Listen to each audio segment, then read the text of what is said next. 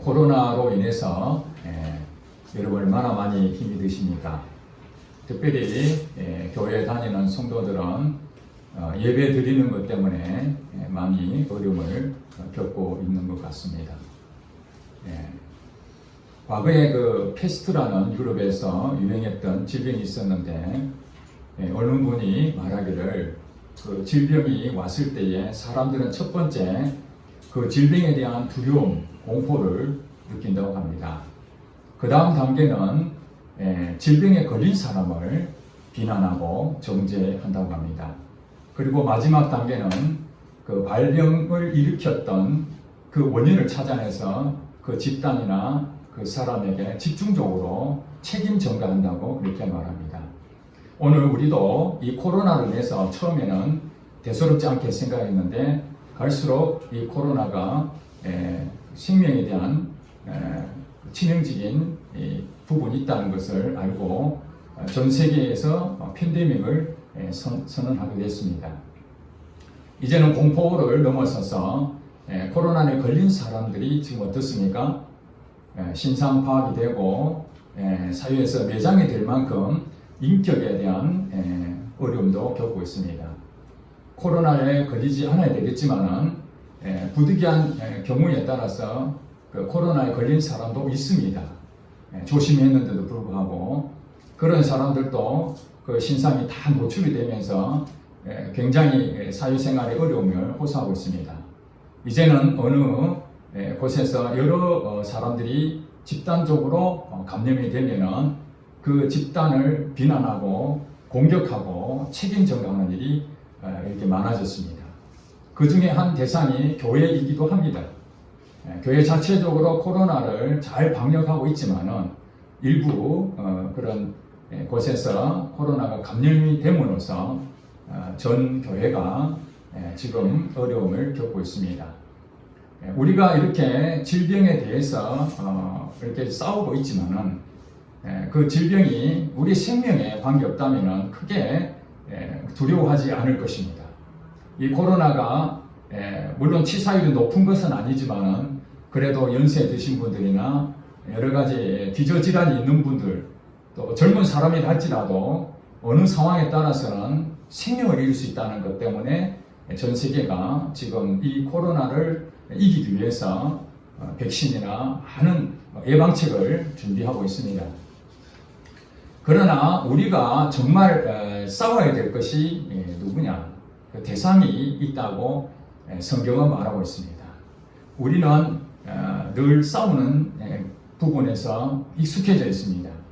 오늘 본문에도 사도 바울이 에베소 교회에 전하기를 우리의 싸우는 대상이 있는데 그 대상이 누구인지를 정확하게 알아야 된다 그렇게 설명하고 있습니다. 자, 오늘 본문 12절에 우리 다 같이 한번 읽어보겠습니다. 시작. 우리의 씨름은 혈과 육을 상대하는 것이 아니요 통치자들과 권세들과 이 어둠의 세상 주관자들과 하늘에 있는 악의 영들을 상대합니다. 아멘. 우리의 씨름, 우리가 싸우는 이 전쟁, 이것은 혈과 육을 상대하는 것이 아니요 통치자들과 권세들과 이 세상의 주관자들과 하늘에 있는 악한 영들을 상대한다. 분명하게 성경은 말하고 있죠. 혈과 육을 상대하는 것이 아니다.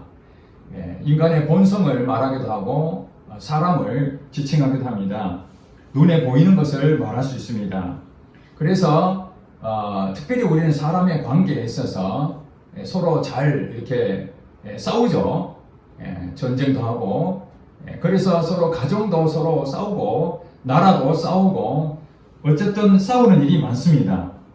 그렇지만 우리가 싸워야 될 대상은 오늘 성경에서 말하기는 사람이 아니다고 그렇게 말하고 있습니다. 사람이 아니다. 누구라고요? 악한 영들이라고 분명하게 얘기하고 있습니다. 그러니까 이 세상에는 눈에 보이는 나라가 있죠. 수백 개의 나라가 영토를 가지고 있습니다. 그러니까 이러한 눈에 보이는 우리 세상 나라가 있지만은 보이지 않는 영적 세계에 나라가 존재한다는 사실입니다. 성경의 기준에 따르면은 영적인 세계에 하나님의 나라가 있고 또 사단의 나라가 있다고 말하고 있습니다. 물론 사단의 나라, 하나님 나라, 어떤 공간적인 얘기가 아니라 통치에 대한 얘기입니다. 하나님은 이 세상을 만드셨습니다. 그러나 이 사단도 하나님 만드는 이 피조물, 즉 천사장이었는데 그 보좌를 탐내다가 하늘에서 쫓겨났죠. 어디로 갔습니까?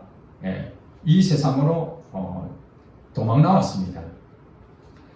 그래서 이 세상에는 사람의 존재뿐만 아니라 사단과 그 따르던 타락한 천사들이 함께 존재하고 있는 것입니다. 성경이 그렇게 분명하게 말씀하고 있죠. 이거 지식이 아니라 우리 실질적으로 우리 세계에서도 경험하고 있지 않습니까?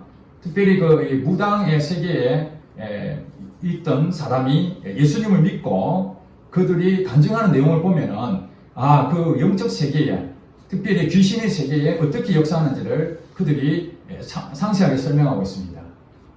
신을 받는데 그들에게도 귀신이죠. 귀신도 계급이 있다는 것을 알 수가 있습니다. 오늘 본문에도 보니까 그냥 사단 이렇게 얘기하지 않고 여러 가지로 얘기했습니다. 통치자들, 권세들, 어둠의 세상 주관자들, 하늘에 있는 악한 영들, 이렇게 다양한 부분으로 설명하고 있는 걸 볼 때에 계급이 존재한다는 것을 알 수가 있습니다. 사단의 세력들은 이 세상에서 어떤 영역에, 사회 전 영역에 그들이 주관하고 있는데 어떤 경우는 가정을 파괴하는 일을 하는 그런 사단이 악한 영들이 있습니다. 그리고 또 이 국가를 장악한 그런 나라도 있습니다. 그 사단의 세계가 있습니다. 그 다음에 또 폐가 같은 데도 가보면은 어느 선교사님이 거기에 세를 얻어서 너무 싸게 주셔서 가지고 그 세를 얻어 들어갔는데 나중에 보니까 그 귀신들이 존재하고, 그래서 그 안에 있던 사람들이 그냥 그 자살할 충동이 느껴지고 막 뛰어내리고 싶고 그 평온했던 마음이 흔들리고 서로 갈등하는 거 나중에 보니까 그 안에 폐가의 귀신들이 역사하는 것을 알게 됐다고 합니다. 그런 것처럼 우리 사회 전반적으로 물질의 숭배하게 만들고 또 종교를 만들어서 짝퉁이죠, 짝퉁. 종교를 만들어서 기독교, 하나님을 믿는 이 신을 믿는 그게 진짜인데 그 진짜를 비슷하게 만드는, 그래서 이 사단은 짝퉁 전문가라고도 합니다. 요한복음 8장 44절에 보면은 사단에 대해서 이렇게 정의하고 있습니다. 그는 거짓말쟁이요 거짓의 아비니라, 이렇게 말하고 있습니다. 거짓말쟁이입니다. 그 사단은 진짜처럼 보이지만 자세히 들여다보면 가짜라는 거예요. 우리 가방도 명품인 줄 알고 샀는데 나중에 보니까 짝퉁이다. 얼마나 속상합니까? 비싸게 샀는데 가짜라는 거. 그것이 영적으로 볼 때에 이 사단과 그 따르는 세력들은 이 짝퉁을 만들어서 하나님과 비슷하게 만들어서 넘어지게 만드는 것이죠. 자, 우리의 원수가 누구라고요? 사단이다. 잘 알아야 됩니다. 우리의 원수는 사람이 아닙니다. 그러면 왜 사람끼리 이렇게 원수가 됐는가? 왜 원수가 됐는가? 그 역사를 거슬러 올라가면 창세기에 그렇게 나와 있습니다. 실제로 창세기에는 사단이 하늘에서 쫓겨난 것은 나오지 않습니다. 이사야서 14장에 보면은 거기에 나와 있는데 하나님 보좌를 차지하려다가 이 세상으로 떨어졌다는 것이 이사야서에 나와 있지만 그 근거로 했을 때에 사람을 하나님께서 아름답게 창조하시고 에덴 동산을 주셨는데 그때 누가 있었습니까? 거기에 아담과 하와가 있었죠. 그곳에 사단이 들어왔습니다. 무엇으로 가장했습니까? 뱀을 가장해서. 실질적으로 눈에 보이지 않죠, 사단은. 그러나 상징적으로 뱀의 형상을 띠고 하와에게 나타나서 너 선악과를 먹으면 어떻다고요? 죽지 않는다. 하나님은 죽는다 했는데 죽지 않는다. 그렇게 얘기를 했습니다. 그래서 하나님하고의 관계가 끊어지게 만드는 것이죠.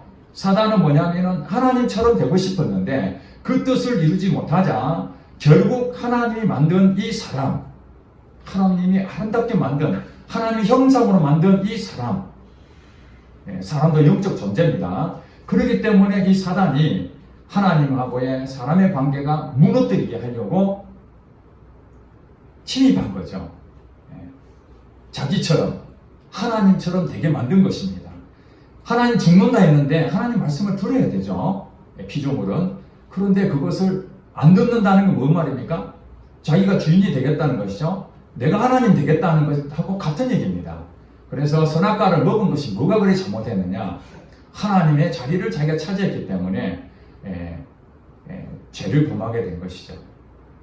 처음에 아담은 하와를 어떻게 생각했습니까? 내 뼈 중에 뼈요 살 중에 살이다 이렇게 고백했습니다. 즉 하와 여자는 내 것이다. 나와 한 몸이다. 그렇게 생각을 했는데 선악과를 먹고 난 다음에 아담과 하와가 어떤 얘기를 했습니까? 핑계를 대기 시작했습니다. 자, 책임 전가하는 거죠. 하나님이 만들어준 이 여자가 먹으라 해서 내가 먹게 됐다. 하와는 뭐라고 얘기합니까? 자기 잘못을 얘기 안 하고 뱀이 꼬셔서 자기를 먹게 했다. 좀 더 책임 전가하는 거죠. 남의 탓을 하게 되는 것입니다. 그러면서 이제 아담과 하와는 좋은 부부 관계가 아니라 거기서 원수가 되는 것이죠. 원수가 돼서 거기에 난 자녀 가인과 아벨이 형제 아닙니까? 형제는 하나가 되죠. 한 몸이 되는 거예요. 그런데 가인과 아벨이 어떻게 됐습니까? 형 가인이 동생 아벨을 쳐 죽여버렸습니다. 원수가 됐습니다. 그래서 죄가 들어오면서 육적인 죽음뿐만 아니라 영적인 죽음까지 왔던 것이죠. 그래서 사단이 하는 일은 거짓의 압이기 때문에 사람을 통해서 서로 갈등하고 분열하게 만들고 싹 사라집니다. 그렇죠? 그 뒤로 에덴 동산에 보이질 않습니다. 보이지 않지만은 끊임없이 가인에 들어가서 부지시켜서 동생을 쳐 죽이고 그 다음에 창세기 계속 보면은 사람들이 계속 모이면서 서로 패를 가르고 민족을 만들고 전쟁을 하고 이렇게 해나가는 거죠. 자, 원래 하나님 어떤 마음입니까? 사람과 사람은 서로 하나가 돼서 사랑하는 존재로 만드신 겁니다. 하나님 본성은 사랑이기 때문에. 그래서 누가복음 6장 35절에 너희는 원수를 사랑하고 선대하라. 하나님은 은혜를 모르는 자와 악한 자라 할지라도 인자하시느니라 그렇게 말하고 있습니다. 하나님은 인자하시는 분이에요. 어떤 분에게? 모든 사람에게. 은혜를 모르는 사람이나 악인이라 할지라도 하나님은 그에게 인자를 베푸신다는 거예요. 그게 하나님의 본성이기 때문에. 사단은 어떻다고요? 계속 미워하게 만듭니다. 미워하게. 서로 싸우게 만듭니다. 예전에 장수 프로그램에 제가 한번 소개한 적이 있는데 할아버지 할머니 나오셔서 퀴즈 프로그램이 있었습니다. 낱말을 맞춰야 되는데 아내와 남편의 그 사이 그 할머니가 그렇게 자기 영감에게 그 설명을 합니다. 그러니까 그 영감의 원수 아니 글자 네 글자니까 평생 원수 그랬다지 않습니까? 원수는 원수인데 평생 원수라고 부부 사이를 그렇게 생각하고 있었던 것이죠. 이게 사단이 어떻다는 거예요? 속인 것이죠. 여러분 잘 아시기 바랍니다. 사람과 사람 사이는 사랑의 관계지 원수 맺으면 안 되는 것입니다. 그래서 제일 먼저 한 것이 뭐냐면 하나님이 가정을 축복을 주셨죠. 생육하고 번성하고 땅을 정복하라. 충만하라. 이것이 가정을 통해서 전 세계에 복이 흘러가게 만들어 놨습니다. 어떻게 해요? 하나가 돼서 하나님의 사랑을 가지고 그랬는데 사단이 들어와서 죄를 범하게 우리 사람을 만들어 놓고 그러니까 어떻게 됩니까? 서로 갈등하고 싸우게 되니까 가정이 파괴되는 거죠. 사단은 계속 분리시킵니다. 분열시킵니다. 나라와 나라가 전쟁하게 만들고 우리 가정이 파괴시켜서 해체시키고 그러죠. 그 동성애가 왜 생깁니까? 한 남자와 한 여자가 한 몸을 이루어서 가정을 이루어야 생육하고 번성하는 창조 원리가 됐는데 남자와 남자끼리 산다? 여자와 여자끼리 산다? 생육하고 번성이 됩니까? 이 창조질서 어긋나는 일이죠. 누가 했다고요? 우리는 그 뒤에 배우의 세력을 봐야 된다 이 말입니다. 동성애자를 미워하면 안 되는 것이죠. 그 죄를 미워해야 되는 거예요. 동성애 범하고 있는 그 죄의 세력들, 그것을 우리는 가차없이 그것은 죄라고 지적해야 됩니다. 그러나 속은 줄도 모르고 자기가 좋다고 하나님의 창조 질서를 어긋난 그 동성애자들도 우리가 불쌍히 여겨야 되는 거죠. 그렇지 않습니까? 원수로 사랑하라 했으니까. 동성애자만 그렇습니까? 가정에 부부간에 서로 성격이 안 맞고 그래서 나중에 이혼하면 다 성격 차이라고 그러잖아요. 성격이 원래 안 맞아요. 성격이 원래 저는 그걸 느꼈습니다. 우리 사람이 노래를 부르는데요. 요즘 방송에 그 먹방 아니면 노래 아닙니까? 그죠? 트롯 지금 대세 아닙니까? 노래 부르는 사람 제가 이렇게 한 사람 한 사람씩 봤는데 목소리가 다 다를 거예요. 그런데 너무 감동적으로 불러요. 이 사람의 목소리는 그 귀한 타고난 목소리 어떻게 그렇게 나올 수 있을까? 또 이 사람 들어보면 전혀 다른 목소리인데 그것도 너무 아름다운 목소리예요. 아, 하나님은 목소리도 다르게 만드셨구나. 사람 얼굴을 보세요. 구성품은 똑같은데 모양이 다 다르잖아요. 코가 좀 큰 사람, 작은 사람, 신체 조건 다 똑같은데 상황에 따라서 조금씩 다르잖아요. 우리 지문도 다르고 성격도 다르고 다 다릅니다. 하나님은 그 다른 것을 통해서 하나님의 사랑을 갖고 있다면 우리는 하나가 되는 줄 믿으시기 바랍니다. 성격이 달라도 하나가 되게 만들 수 있습니다. 하나님은 그래서 이 사단은 끊임없이 이 세상에 분리시키고 갈등하게 만든다고 그렇게 말하고 있죠. 그 성경은 그렇게 말합니다. 갈라디아서 5장 15절에 만일 서로 물고 먹으면 피차 멸망할까 조심하라. 사람끼리는 싸워서는 안 된다는 거예요. 사람끼리는 서로 섬기고 사랑해주는 관계, 이것이죠. 그래 교회 안에서 아무리 좋은 일이라 할지라도 그 말이 팩트라 할지라도 사실이라 할지라도 싸우면 어떻다고요? 그 성경이 아닌 거예요. 성경대로 안 믿는 거예요. 옳고 그르면 맞을지 모르지만은 성경에서 말한 것은 사람과 사람의 사이는 싸워서는 안 되는 거예요. 배후에 누가 있다고요? 사단입니다. 사단. 우리는 이 사단의 정체를 분명하게 생각을 해야 됩니다. 그래서 이 사단은 우리 가나안 땅에 구약에 보면 나오죠. 가나안 땅. 가나안 땅은 가나안 문화가 있죠. 이 세상 문화를 말하고 있습니다. 하나님께서는 이스라엘 백성들을 구원하셔서 어디로 보내려고 했습니까? 가나안 땅에 보내려고 했습니다. 가나안 땅으로 보내려고 했는데 그 가나안 땅에 누가 살고 있었어요? 건장한 민족이 살고 있었습니다. 7 족속이 거기에 땅을 차지하고 있었습니다. 이게 바로 사단의 세력이 거기에 장악되어 있다 그 얘기입니다. 비어있는 땅이 아니라 이 세상을 가나안 땅으로 상징한다면 사단이 그 가나안 땅을 딱 붙잡고 있었습니다. 이방 종교가 있었다는 거예요.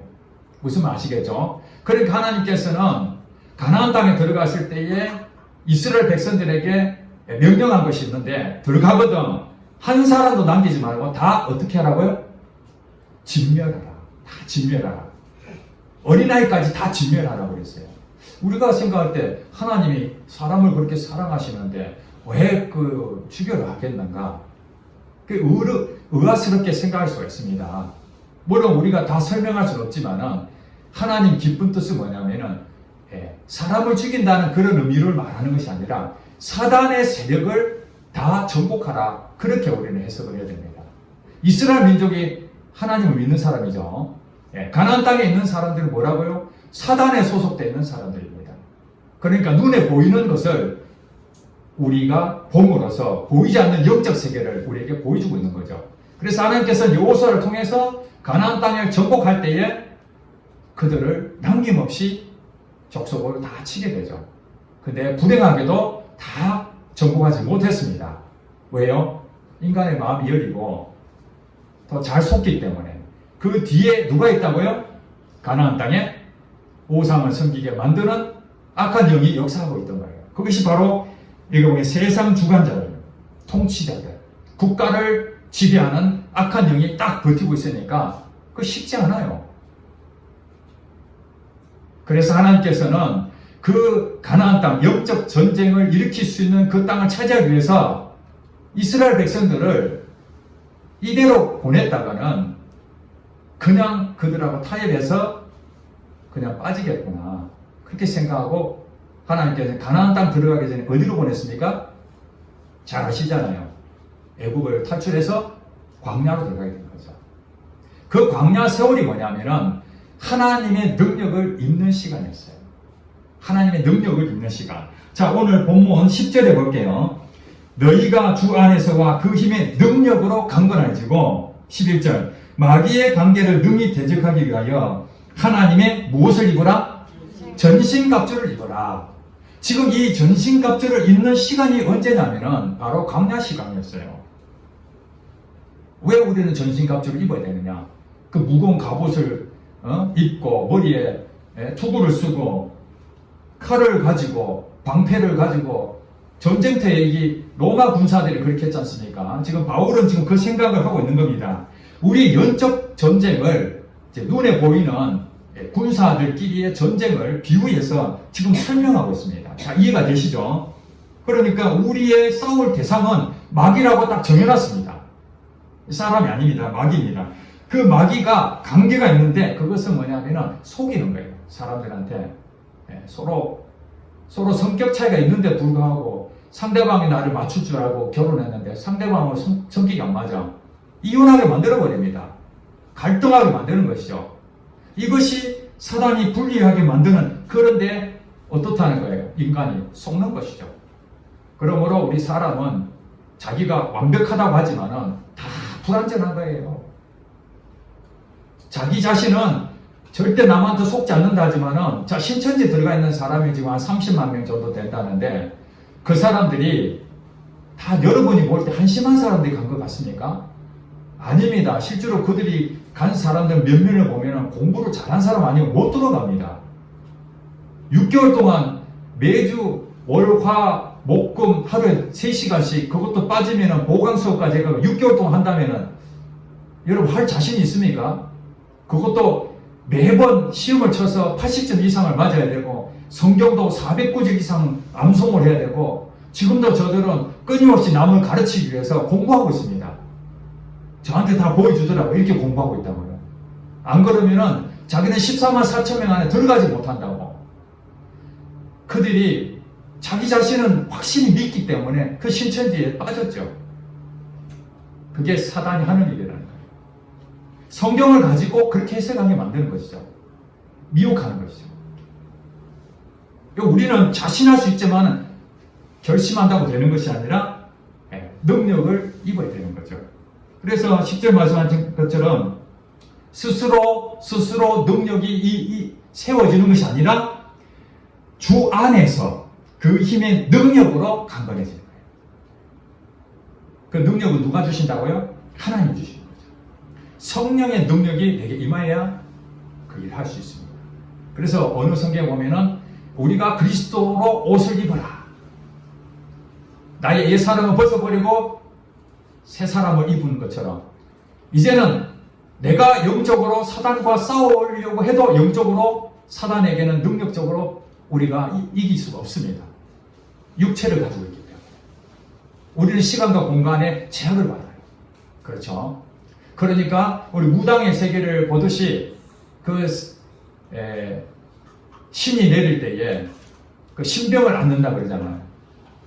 그냥 무당으로 부르는 것이 아니라 그 사람을 고통을 줍니다. 그래서 내가 왜 몸이 아프지? 병원에 가도 아무 진단해도 나오진 않는 거예요. 나중에 얘기 듣습니다.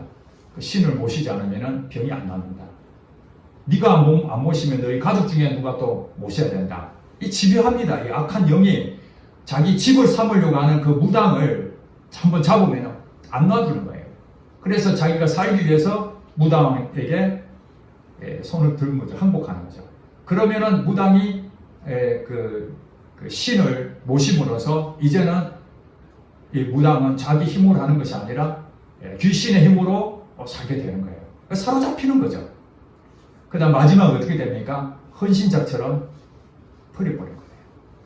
마지막은 멸망입니다. 사단에게 속고 난 다음에 마지막은 멸망이에요. 그래서 무당에 있는 사람이 잘 되고 행복하고 기쁘고 이런 사람이 있습니까? 늘 힘들고 돈은 벌지 모르지만 늘 외롭고 힘들고 결국에는 그들도 누구를 만나야 됩니까? 하나님을 만나야 됩니다. 우리 감사해야 됩니다. 뭐 때문에 감사합니까? 하나님께서 이 마귀가 인간들을 괴롭히고 분리시키고 결국 사단이 지옥에 가서 모든 것을 끝내야 될 걸 끌려가는 사람을 함께 끌고 가는 그 사단의 세력에 휩쓸리는 우리 인간도 같이 휩쓸리잖아요. 마귀에 속아서 가니까. 그래서 예수님을 이 땅에 보내신 거예요. 요한일서 3장 그 8절에 보면은 하나님의 아들이 나타나신 것은 마귀의 일을 멸하려 하심이니라 그렇게 말하고 있습니다. 예수 그리스도가 이 땅에 오신 것은 마귀를 멸하는 것이 아니라 마귀의 일을 멸하러 왔다. 마귀의 일은 뭡니까? 갈등하게 만들고 분리시킨다 그랬죠. 결국에는 어떻다고요? 멸망시키는 것이죠. 그럼 예수님이 오신 목적은 마귀의 일을 멸하러 왔으니까 회복시키는 것입니다. 가정이 해체된 것을 다시 싸매주십니다. 하나가 되게 만듭니다. 질병 때문에 고통당한 질병 치유시킵니다. 회복시킵니다.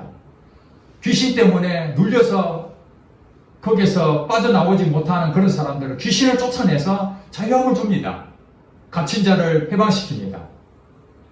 그리고 예수님은 생명을 주시러 오셨습니다. 영원한 생명, 지옥으로 가는 사람들을 그들을 구원해서 살려주시는 바로 그 일을 하시려고 예수님이 땅에 오셨다는 것입니다. 그래 얼마나 감사한 일입니까? 마귀에 속고 지금 전부 다 죽어가야 되는데 예수 그리스도를 믿으면은 이제 거기에서 건진받고 자유함을 얻게 되는 것이죠. 그리고 이제는 어떻게 됩니까? 내가 생명을 얻었을 뿐만 아니라 성령이 내 안에 오셔서 그 능력으로 마귀와 싸울 수 있는 영적 힘을 주셔서 이제 한판 승부를 다시 하는 것이죠. 우리 조상 아담과 하와가 그 사단에게 넘어져서 온 인류가 죄의 수렁통이로 왔다면 이제 예수님께서 사망 권세를 이기시고 우리를 구원하셨으니 담대하라 내가 세상을 이겼노라. 예수님께서 이미 세상을 이겨놨다는 거예요. 사단의 머리를 상하게 하셨다고 창세기 3장 15절 그리 말하잖아요. 여자의 후손이 와서 그의 머리를 상하게 해버렸다. 이 머리를 상하게 한 사단의 머리를 친 것이죠. 우리에게는 얼마나 감사한지 모릅니다. 요한일서 보면은 또 그렇게 나와 있죠. 자녀들아, 우리가 하나님께 속하였고 또 그들을 이겼나니 내 안에 계신 이가 이 세상에 있는 이보다 크심이니라. 요한일서 4장 4절입니다. 우리는 하나님께 속하였다면은 이미 우리는 어떻다고요? 그들을 이긴 존재다. 왜냐하면 내 안에 계신 이가 이 세상에 있는 자 누굽니까? 사단이죠. 이 사단보다 크심입니다. 자, 영적 세계에서 무당에게도 귀신의 계급들이 있는데 똑같은 무당이 아닙니다. 어느 신을 모시냐에 따라서 작은 신을 모신 계급이 좀 낮은 귀신을 모시고 있는 무당은 큰 신을 모시고 있는 무당 앞에는 그냥 꼼짝 말합니다. 다 들으시 아실 겁니다. 제가 얘기한 걸 지어낸 것이 아니라. 그런데 그들보다도 그 귀신보다도 한참 크신 분이 예수님이 내 안에 존재하고 계시니까 우리는 어떻다고요? 능히 이길 수 있다. 근데 문제는 뭐냐면은 이 능력을 우리가 덧입고 살아야 되는데 우리는 하나님 믿고 이전에 생명을 얻었으니까 성경이 뭐랍니까? 너희도 그와 같이 복음을 전해라. 복음을 전해라. 지금 이 세상에는 사단에게 속아서 전부 다 분리되고 해체되고 있는 그 과정에 우리는 뭐라고요? 복음을 뭘 전하라는 거예요? 가는 대로 생명을 살리는 일을 해야 되는 거예요. 분리된 가정을 회복시키고 여러분 이 코로나 환경이라는 걸 통해서 악한 영이 이 재앙을 통해서 하는 일이 있습니다. 사람과 사람 관계에 깨지게 만들고 불안하게 만들고 염려하게 만드는 것입니다. 그러나 야고보서 5장 4절에 보면은 이 세상을 이기는 승리는 이것이니 곧 우리의 믿음이라고 했습니다. 우리가 믿음을 분명하게 가지고 있다면은 이게 영적 능력입니다. 믿음을 가지고 있는 것이 믿음이 분명하게 있다. 여기 오늘 성경에 볼까요? 전신갑주를 입으라고 했는데 전신갑주가 어떤 부분이냐? 우리 이제 머리부터 발끝까지 전쟁 준비하는 그 도구를 말하고 있어요. 자, 14절에 보니까 진리에 대한 부분. 진리 분명하게 우리 잡아야 되죠. 지금 악한 영들은 비진리를 우리에게 가르쳐주고 있습니다. 거기에 쏠리면 안 돼요. 진리를 분명하게 잡아야 돼요. 그 다음에 의에 대해서 우리가 하나님 나라고 하나님 의를 구하려 했으니까 하나님의 공의하심 그것을 우리 붙잡아야 되는 것이고 그 다음 15절에 보니까 평안. 자, 평안하지 않으면 어떻습니까? 염려, 불안, 근심 지금 코로나로 인해서 공포스러운 마음을 갖게 되는 거죠. 그러니까 우리에게 평안이 온다는 것은 이게 전신갑주 있는 게 매우 중요한 것입니다. 그 다음에 16절에 보니까 믿음의 방패, 믿음. 자, 얘기했죠, 믿음. 전신갑주의 중요한 건 믿음입니다. 사단이 우리에게 공격하고 불화살 쏠 때에 딱 막아내는 방패가 있는데 믿음으로 선포하는 것이죠. 그 다음에 17절에 보니까 구원. 구원이 확실해야 됩니다.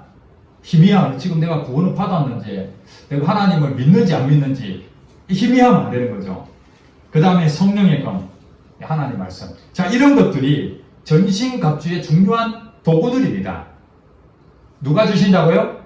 하나님이 주시는 것입니다. 우리는 어떻게 해야 됩니까? 능력을 덧입어야 됩니다. 그래서 성경에 예수님께서 승천하실 때에 우리 제자들에게, 특히 우리들에게 말씀하시는 것이 성령이 너희에게 임하시면 권능을 받고 땅끝까지 이르러 증인이 되라. 그 증인은 뭐냐면은 생명을 살려라는 거예요. 사단은 지금 이 땅에서 사람과 사람의 관계에서 무너지게 만들고 가정을 해체하게 만들고 나라와 나라와 전쟁이 있게 만들고 이렇게 된 배후의 세력에서 우리는 가서 어떻게 하라고요? 서로 사랑하고 나눠주고 포기하고 희생하고 헌신함으로써 사단이 끝까지 지는 거 거기서. 로마서 12장 21절에 선으로 악을 이기라. 선으로 싸워 악을 이기라. 악을 이길 수 있는 방법은 같이 악은 악으로 이는 이로 했으되 예수님께서 원수를 사랑하라 이렇게 말씀하신 것처럼 선을 행함으로써 악을 이겨버리는 거예요. 우리가 사랑하게 되면은 악을 이기게 되는 것입니다. 믿습니까? 네. 여러분 이 코로나 때문에 환경이 어려운데 서로 우리 국민들끼리 싸우면 안 되겠죠? 예. 그들이 실수할 수 있습니다. 잘못할 수 있습니다. 왜 그렇습니까? 쏘았기 때문에 그렇습니다. 배후에 이 악한 영에 속아서 그들이 가짜뉴스에 속고 그렇게 하는 것이지 그들이 분명하게 예수 그리스도의 복음을 정확하게 성경을 보면은 잘못했구나 내가 상대방을 판단하고 내 기준으로 저 사람은 나쁜 놈이라고 했거나 그 죄를 회개하게 된다는 거예요. 그래서 우리가 말씀과 기도를 우리 끊임없이 하는 것은 성령 충만할 수 있는 길이 바로 말씀과 기도거든요. 하나님과 깊은 관계를 맺는 거예요. 마지막으로 예수님에 대해서 말씀하시고 마치겠습니다. 예수님께서 사단에게 시험받는 장면이 나옵니다. 마태복음 4장에 보면은 사단에게 시험받는데 누구에게 이끌려 갔습니까? 성령에게 이끌려서 시험받으러 갔습니다. 마귀에게. 근데 더 중요한 건 뭐냐면 그 앞에 뭐라고 나오냐면 예수님께서 성령이 충만하여. 자, 여러분 보세요. 능력이 없는 상태에서 사단하고 맞짱 뜨면은 다 실패합니다. 사도행전 19장에 보니까 바울이 악기 들린 사람을 고쳐줬어요. 예수 이름으로 물리쳤어요. 그랬더니 한 유대인, 마수라는 유대인이 악기 들린 자가 떠나네? 그래 자기도 흉내를 냈어요. 예수 이름으로 떠나라. 그랬더니 유대인 제사장이었던 이 스게와라는 사람의 7 아들이 그 상황을 보고 우리도 한번 해보자. 그래갖고 예수 이름으로 물러가라 이렇게 했더니 어떻게 됐습니까? 그 악기 들린 자가 와서 내가 예수도 알고 바울도 아는데 너 누구냐? 그러면서 그 7 아들에게 뛰어올라서 그들을 상하게 했더니 다 도망가 버렸다 했어요. 능력이 없으면은 예수 이름으로 가본들 다 장악됩니다. 우리가 그래서 믿음을 굳건히 세우고 영적으로 영적인 근육을 우리가 체력을 단련하듯이 훈련해서 우리가 바로 서 있다면은 악한 영을 능히 대적할 수 있는데, 우리가 힘이 없으면은 성령의 능력이 내게 임하지 못하고 있다면은 아무리 내가 예수 이름을 물러가라 해본들 마귀가 벌써 알잖아요. 너 아무것도 아닌데, 너 입만 살았구나, 너 지식으로 예수를 믿지, 그러고 무시해버리는 거예요. 그러니까 우리는 어떻게 한다고요? 성령 충만을 받아야 되는 거예요. 광야를 통과하고, 지금 여러분 고통을 당하신 분 있을 겁니다. 여러분 지금 하나님이 어떤 작업을 하고 있느냐? 영적 능력을 주고 있는 작업을 하고 있는 거예요. 우리 여기서 믿음을 가지고 이제는 방패를 가지고 또 하나님 말씀을 계속 여러분 읽고 있잖아요. 그 말씀이 내게 이제 검이 돼서 사단에게 공격하고, 예수님께서 마귀를 이겼는데 말씀으로 이겼지 않습니까? 누가 이길 수 있습니까? 하나님을 믿는 사람, 말씀과 가까이 한 사람, 하나님께 기도하시는 분들, 이런 분들이 바알에게 무릎 꿇지 않는 7,000명 용사 안에 포함이 되는 거예요. 오늘 이 시대에 여러분들 평안이 있습니까? 공포 어떤 것이 온다 할지라도 여러분 두려워하시기 마시기 바랍니다. 하나님이 내 안에 계시는데 악한 영이 아무리 이 세상을 휘어잡는다 할지라도 그 세력보다도 더 크신 분이 우리 안에 계시니, 우리는 오늘 믿음으로 나가고 승리하시는 여러분 되실 줄로 믿습니다. 기도하겠습니다.